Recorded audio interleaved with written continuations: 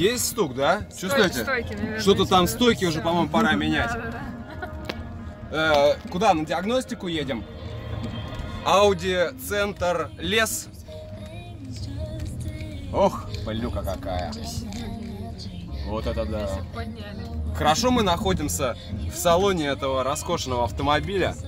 Мы закрыли люк, как только началась вся эта эпопея с пылью. И теперь мы дышим свежим воздухом. Да, Анна? Все прекрасно.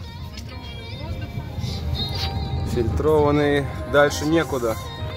Можно, да, удобно здесь распределить воздушные потоки. Да. Музыку поставить поприятнее.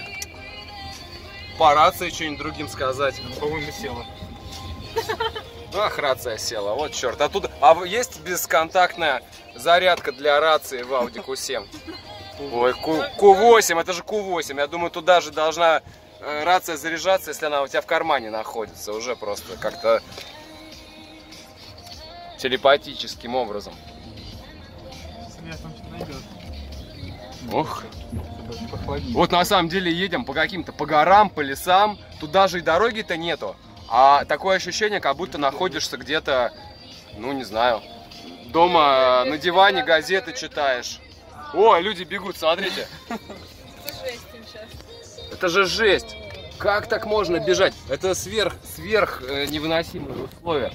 Да, конечно, ребята сейчас, наверное, проклинают просто вот этих вот. Да, конечно, они такие говорят, ща, говорит, пойдем это по свежему воздуху пробежимся, да, а тут... Много их, смотри, еще впереди.